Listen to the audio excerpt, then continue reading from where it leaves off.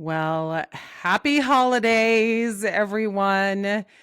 I'm wondering if you have a crowd to feed. I know that I do. And today we're talking about easy ways to feed people over the holidays. And if your people are a little bit bigger, then you especially have people to feed because people eat more and it's Yes. more of an issue.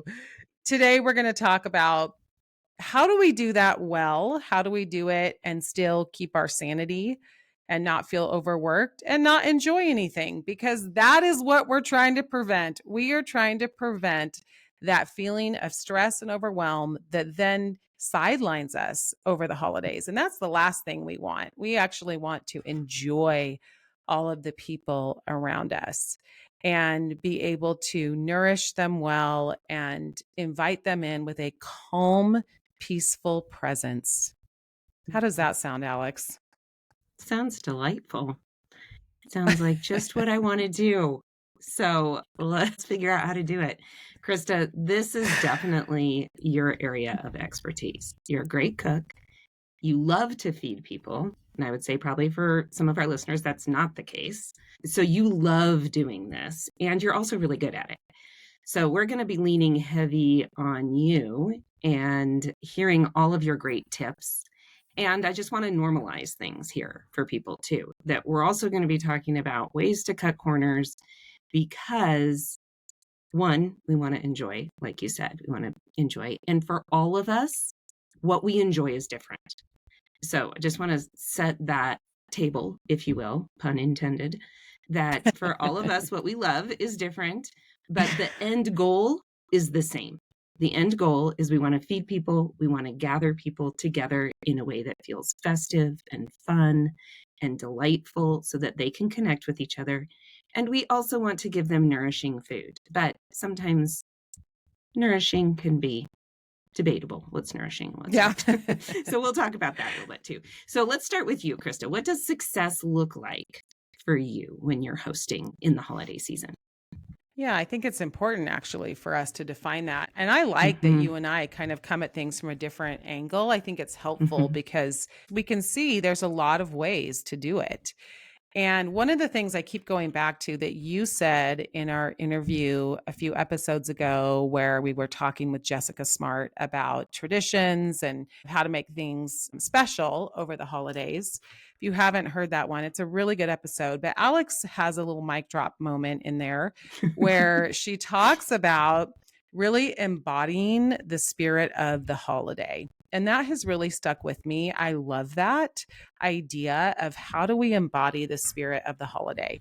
And for Christmas, it's this amazing miracle of love coming down and love setting the table for us. And that is so overwhelming when I really let that sink in. And I want to overflow from that place and really have that same spirit. So, what does success look like for me when I'm hosting people, when I'm feeding people, when I'm gathering? It's reflecting that spirit of the holiday, which is not a stressed out, overwhelmed, too much to do presence. And I think for me, it's remembering like, why are we doing this in the first place? And then how do I bring that spirit to the table? Yeah. I always come back to the question of what do I want my family to remember a year from now, 10 years from now? What I don't want them to remember is me being the food monster. And I can Mhm. easily get into that trap because I have a plan in my head that nobody else is aware of. And people start interrupting my plan and I get stressed. So for me, success looks like not being stressed and making decisions intentionally that will help me. And then also having a spirit of pivoting if things are taking too long, if they're becoming too complicated, to simplify and pivot. Yeah, pivot is the name of the game at this stage. Mm-hmm. It really is in every arena. But I also think about how our kids, at least for me, and maybe for some of our listeners and for you, you've got half and half, but our kids are no longer home all the time, some of them. Mm-hmm. And so this is our time with them, and that can raise the expectations. And I think we have to learn how to navigate that. But it's also an invitation to, it's an opportunity to really create these feelings of home that are important to them at this stage in life because they're home a lot less. That's also a part of what success looks like to me, is kind of giving them this soft place to land in the world because they're out in the world most of the time now. Yeah. So how do you do that? What are some practical things, small things that make hosting feel more enjoyable right now? Mm-hmm. Well, for me, it's planning ahead and not waiting Hmm. till the last minute. So, what Yeah. that can look like is cooking once and eating twice, doubling things early in the month. So, like right now, we're recording this early December. I'm already starting to cook things for Christmas. And we do have a garage freezer. So, I understand that is a thing. And it's important for me. And I've had it for years because this is part of what keeps me sane is I'm cooking things now and I'm freezing. I'll double it and then freeze one. So, especially soups. Soups are one of, and we're going to talk more about soups in a minute, but that's one of the best things to do early because they're so easy to freeze and they get better over time. So that's one way. And then I would also say, just practically, I do grocery delivery, and that Hmm. really helps.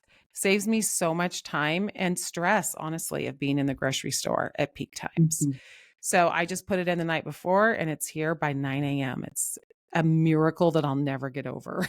Hmm. It's, and I can't believe they'll deliver to my house. I mean, it's just absolutely amazing.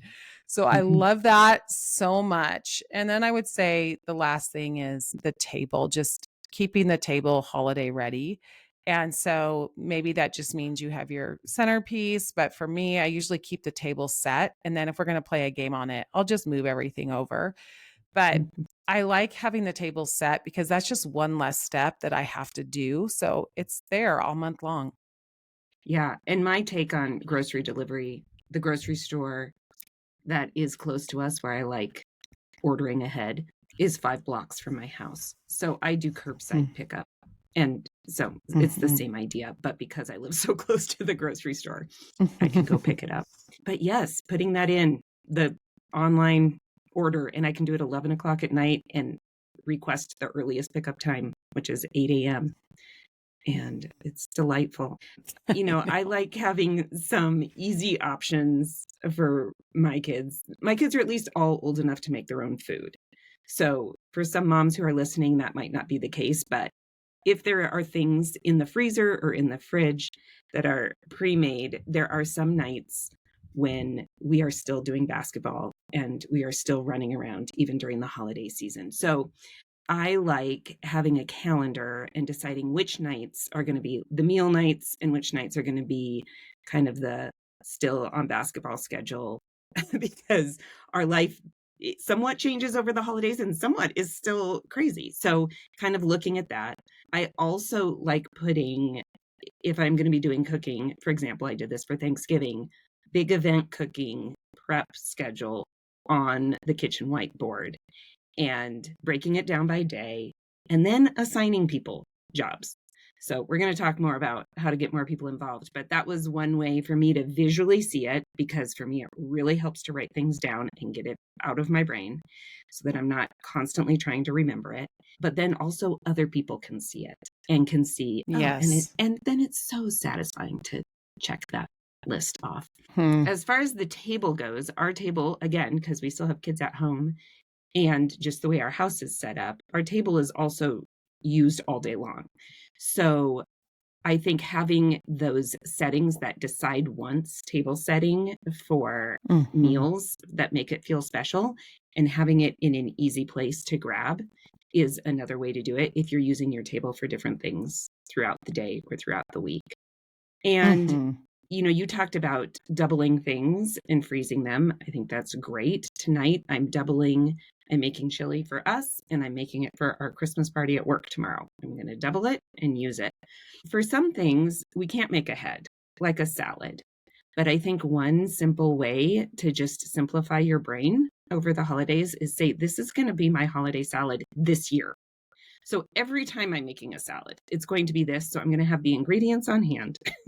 And maybe my family's going to eat it 3 or 4 times. But most of the other people, if we're going to a party and I'm bringing something or people are coming over, we just kind of have the salad. So whatever it is, it doesn't have to be a salad, but something that you're making frequently and you can't make ahead, still make the same thing.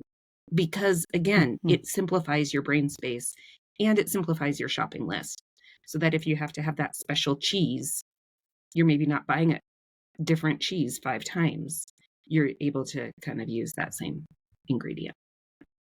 Yeah. And one of the things you talk about a lot is decision fatigue.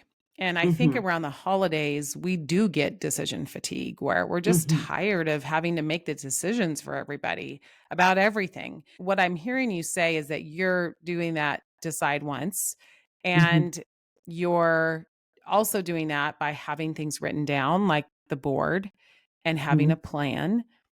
I have a holiday planner that we can link to in the show notes.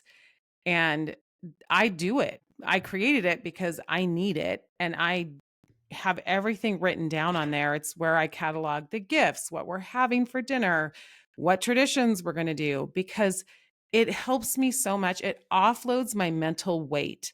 If I don't have it written down and have a plan for it, well, now I feel like it's like in the back of my mind, Mm-hmm. just stay ruminating there. And I'm like, oh, yeah, when are we going to do that? And how we're going to fit in this? And what, and then it's just extra mental weight that I'm carrying that I don't even realize is adding up. Mm-hmm. Yeah. Okay, we said we'd talk about involving others in the meal plan. So, what do you do, Krista, as far as making sure you're not stuck in the kitchen alone? Because I know you don't mind cooking, but I know you also don't want to miss all the fun that's happening somewhere else. So, how do you keep from being the Lone Ranger in the kitchen? Well, this is the benefit of having older kids, I think, is that they can do a lot of things, and we should Yes. have them do a lot of things. Yes. And it's a part of the memories. Being in the kitchen Mm-hmm. together, that's a part of the joy and the fun because you're doing Mm-hmm. it together, which is always more people, more joy in the kitchen. I granted there's a certain threshold for that, but for the most part. Yeah. And so one of the things that we've done, we do after Christmas with my extended family. So between that Christmas and New Year's, and so we actually have started doing family teams where we'll mix everybody up and we'll put them on a team. And you can also do it with your own family, but those people are in charge of the dinner for that night. They're in charge of making a plan what it is, and then they have to get the ingredients or they have to give it to the person who's going shopping by a certain date. Mm-hmm. So that's been really fun. We love doing that. And you can also just do that with two people at a time. We just happen to have Right. family teams of like 4 or 5. And then are they in charge of cleanup too? Yes. So the night Mhm. they cook, they also do cleanup. In years past, before we were doing family teams, we would have different people assigned dinner so that like the same people weren't cooking every night. And then we would rotate who's on dishes, and it was the cousins, and we would pair up the Mhm. cousins. So they usually weren't with their siblings. Sometimes they were, but mostly they were with their cousins and they were doing dishes, which is also a fun bonding time for them and gives them one-on-one time to talk. Mhm. So it's an opportunity to help people bond. That's how I see it. When you gather people and ask them to do something, they're contributing to the family, which is important. And it's giving them an opportunity to spend some one on one time with people they may not do that with, like an aunt or Mhm. an uncle. Yeah, and it gives people purpose, which sometimes when we're Mhm. with our family, we don't feel like as awkward, but if you're having people over and they are given a task or a job, I think Shauna Niequist says she always tries to leave things undone for so that when people arrive, she can assign people tasks because they feel more comfortable. So Mhm.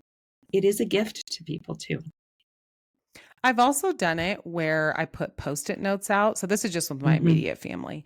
But like on Christmas Day, for example, I do Christmas Day dinner, and I don't want to spend all of Christmas Day cooking because there's some things I can't do ahead of time. I do try and prep, but I can't do everything ahead of time. So I will put out Post-it notes of all the things that need to be made, and then they take one and they Mm-hmm. can do it. And I'm in the kitchen with them, kind of in the area, but they're old enough now where they usually just grab the Post-it and start doing it, and it's done really quickly. Mm-hmm. So that's also a fun way to do it, is you just put out the Post-its and say, everybody Mm-hmm. pick one. They don't have a choice, pick one. Mm-hmm. Yeah, but they do have some of a choice. They get to choose what they pick. Yeah, Right. right. They get to choose what they pick. It's the Foster Klein approach to parenting older kids in the kitchen. You give them options that you are okay with, but they still have to choose one of the Yes. options. Yes, exactly.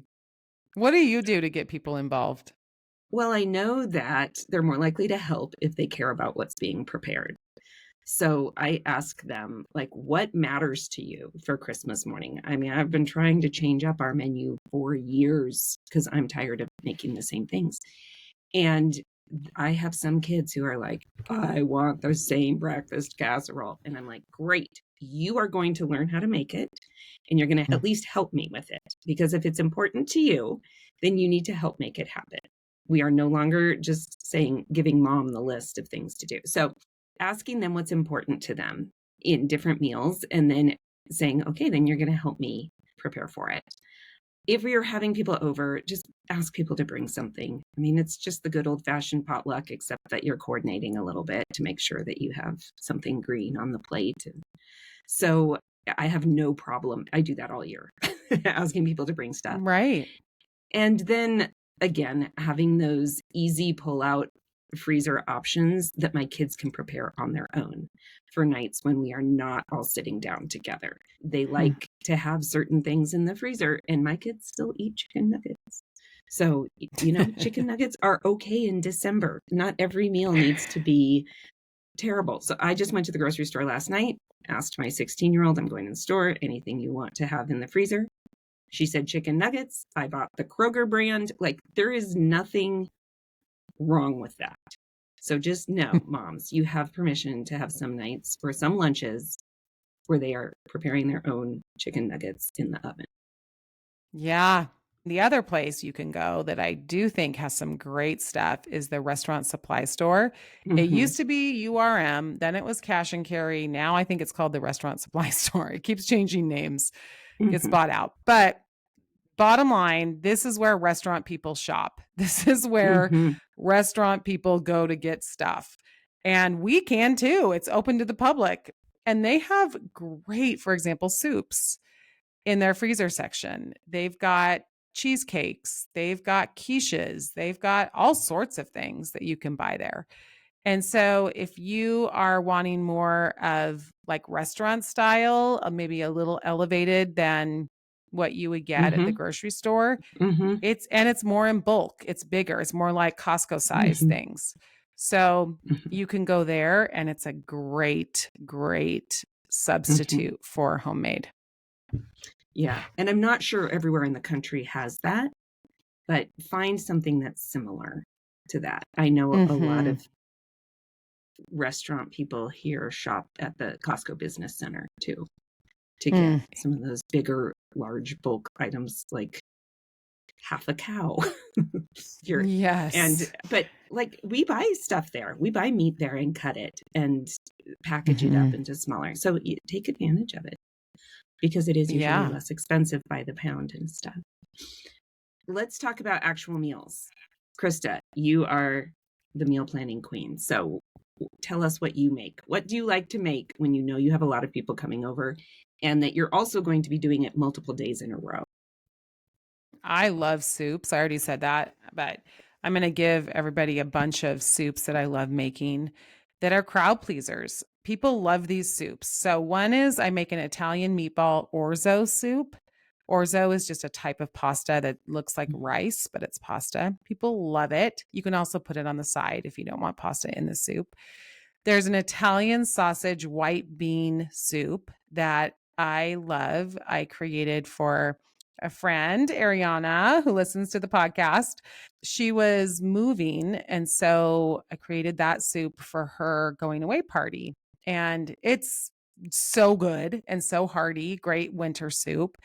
A real showstopper that is so fun because it's different is it's an après-ski chicken dumpling soup.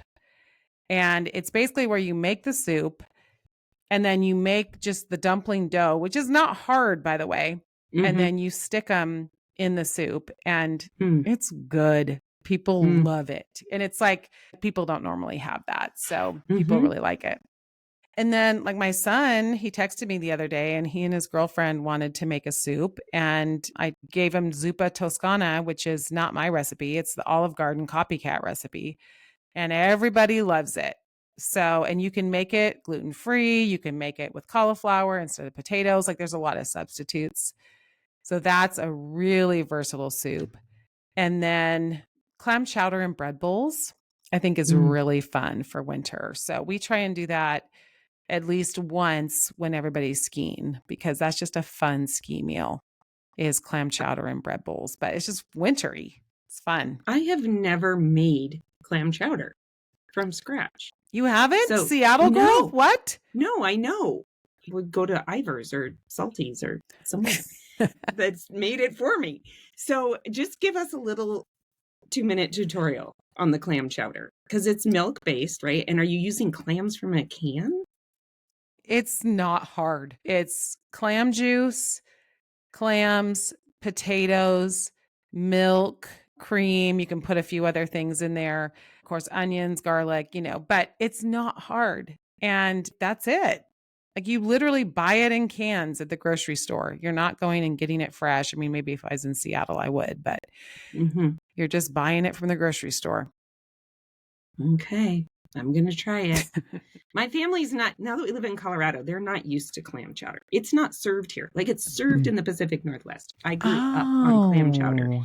It's not served here. I wonder if it also was served on the East Coast. Like I'm thinking like Maine-ish, New England. Yeah, New England clam chowder. That's a thing, right? Yeah, so we would have to do the Rocky Mountain version, but not Rocky Mountain oysters. If you know what those are, we are not having those. And if you don't know what those are, don't Google it. It's disturbing. Okay. So what else besides soup do you like to do? Oh my gosh.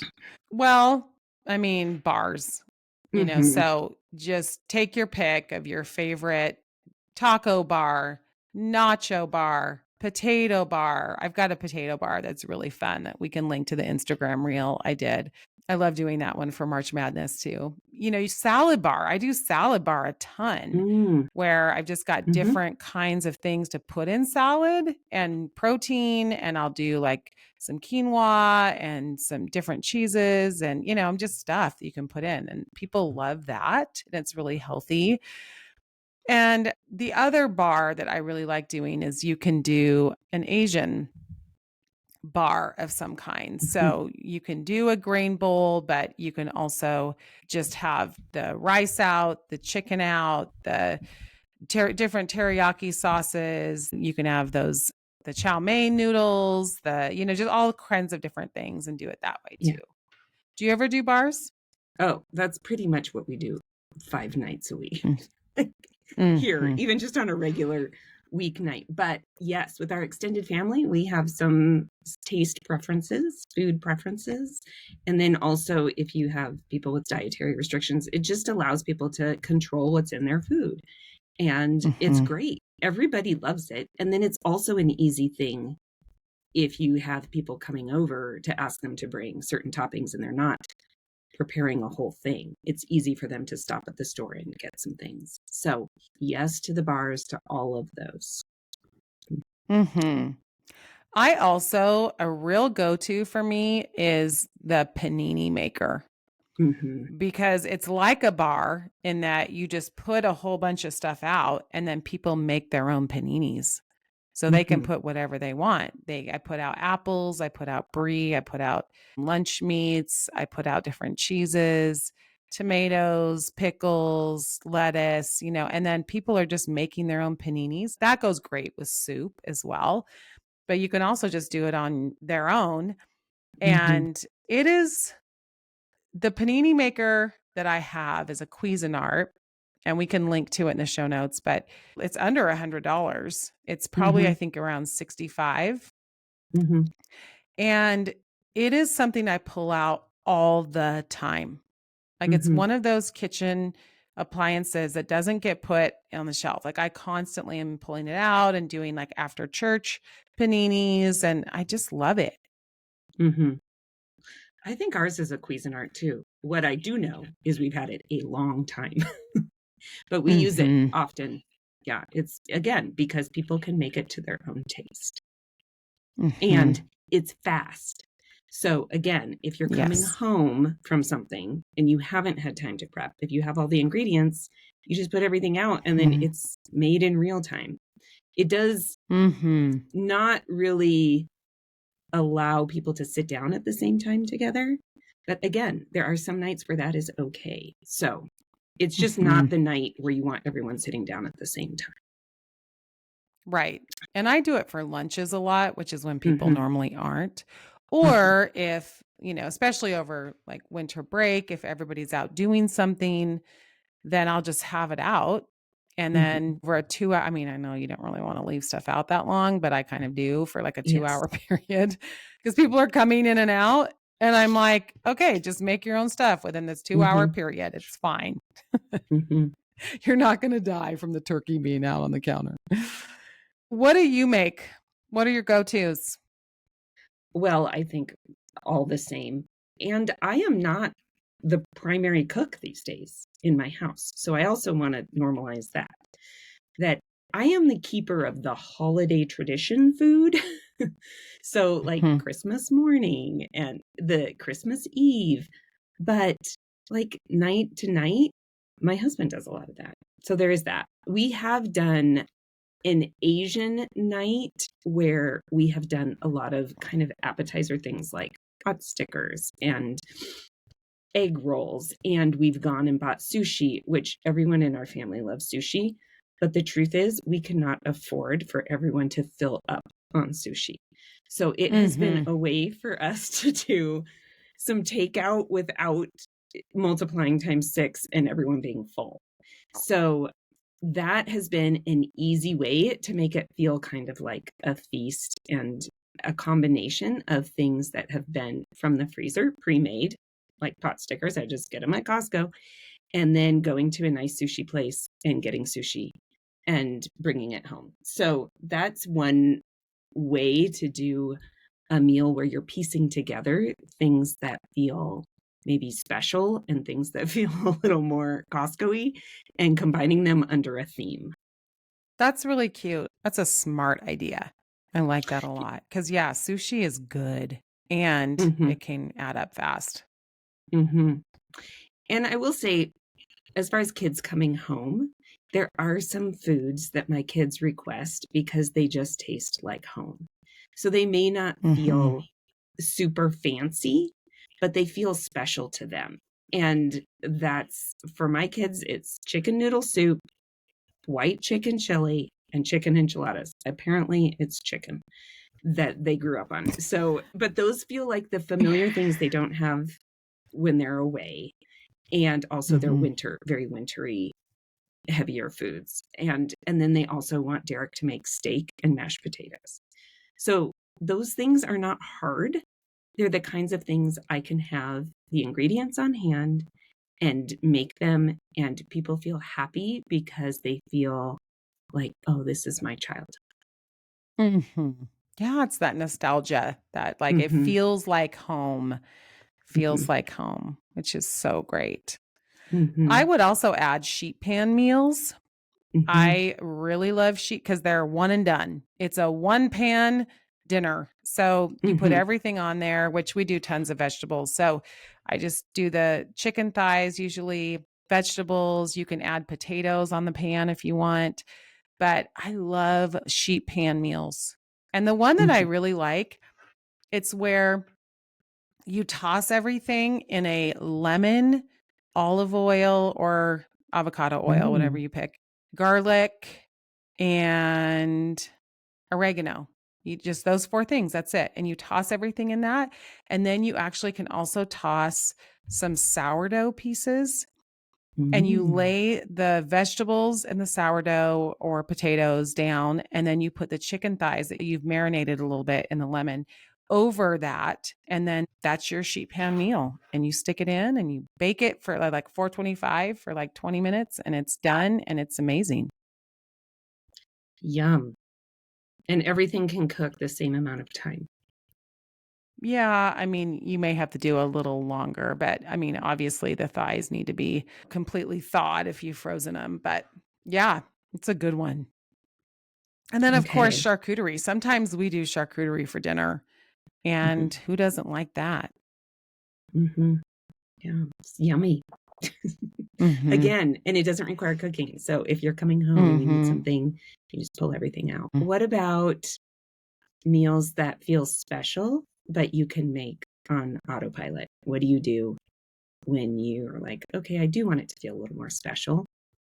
And also, I don't have a lot of brain space. So what's Mm-hmm. your answer to that Venn diagram of life? Chicken marbella is from the Silver Palette cookbook. It's a classic. It's Okay. based on a New York restaurant that I think is closed now, but was really, really big and hot. And they were Ina Garden before there was Ina Garden in that whole East Coast area. And they have a recipe called chicken marbella, and I have my own version of it that I make, but it's theirs. And it is the recipe that every single person who has it asks me for the recipe. Every person. And it's a really weird mix of ingredients. It has like capers and prunes and Mm-hmm. tons of Oh, yeah. oregano and tons of garlic. And I mean, you've had it. Mm-hmm. I make it all the Mm-hmm. time. Mm-hmm. And it's the kind of combination that you're like, is this going to be good? And every Mm-hmm. person likes it, every Mm-hmm. single person. And it does look pretty and it's Mm-hmm. kind of special. So, but it's like a no brainer for me because I've made it so many times. So Yeah. that's one. And then I would say the other thing that I make for dessert around the holidays that is special but is not that hard if you have a candy thermometer. That's the only qualifier Mm-hmm. there.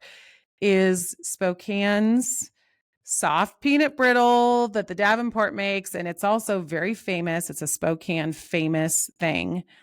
And in fact, no one else I know, I don't think, in the country makes it. Like it's from the historic Davenport Hotel. So it was made in the early 1900s.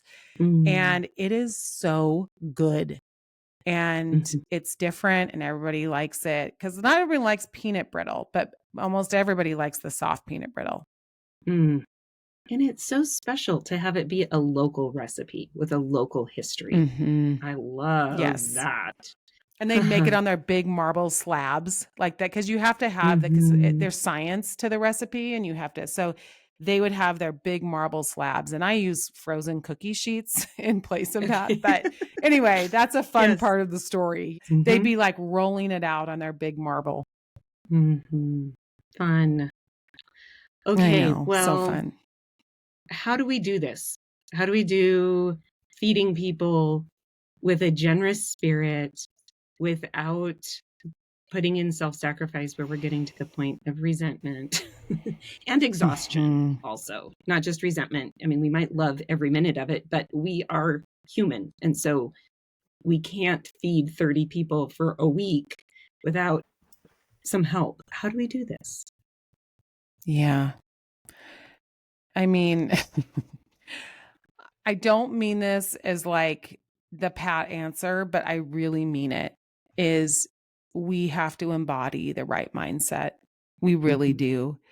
Like we have to choose how we're going to think about it and Mm-hmm. how, I mean, yes, we can set up ourselves for success Mm-hmm. by doing some things early and making those decisions early and having our little Rolodex of recipes ready to go and things in the pantry. But it is also what's happening in our brain and what we're thinking about, how we're thinking about it, and what decisions we're making about how we're thinking about it. And I Mm-hmm. think about Proverbs 11:25, which says, "A generous person will prosper. Whoever refreshes others will be refreshed." And I really love that verse because one, like, I want to be generous.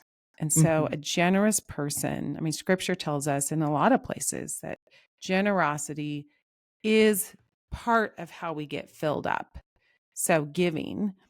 And Mm-hmm. then when we refresh others, that actually does come back to us. Now, it may not be like a direct one to one.